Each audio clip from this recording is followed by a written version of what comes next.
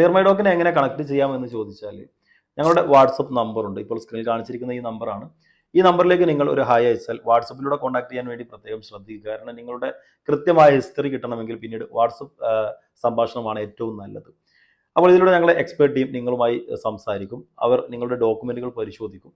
എന്തെല്ലാം പ്രശ്നങ്ങളാണ് അതിലുള്ളത്, നിങ്ങൾ പറയുന്ന പ്രശ്നങ്ങൾ കേൾക്കാനും അതിന് പരിഹാരം പറഞ്ഞു തരാനും ഞങ്ങളുടെ ടീമിന് സാധിക്കുന്നതാണ്.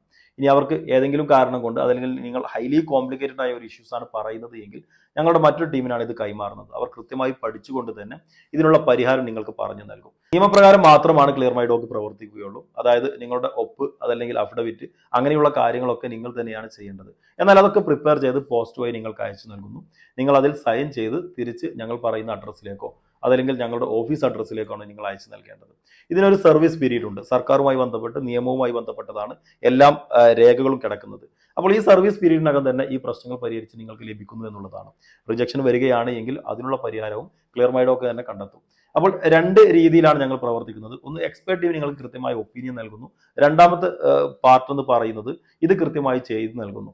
ഈ ഒരു കാര്യം ചെയ്യുന്നതിന് വേണ്ടിയിട്ട് നിങ്ങൾക്ക് ഈ ഒരു വർക്ക് തീരുന്നത് വരെ ഞങ്ങളുടെ ഒരു ടീം മെമ്പർ നിങ്ങളുടെ കൂടെ ഉണ്ടാകും. അവരുമായി ഏത് സമയവും നിങ്ങൾക്ക് കമ്മ്യൂണിക്കേറ്റ് ചെയ്യാം. നിങ്ങളുടെ സർട്ടിഫിക്കറ്റ് അപ്ഡേഷനുകൾ ചോദിക്കാം. അപ്പോൾ നിങ്ങൾക്ക് 24/7 വാട്സപ്പിൽ ഇവരുടെ സർവീസസ് അവൈലബിൾ ആണ് എന്നുള്ളതാണ് മറ്റൊരു കാര്യം.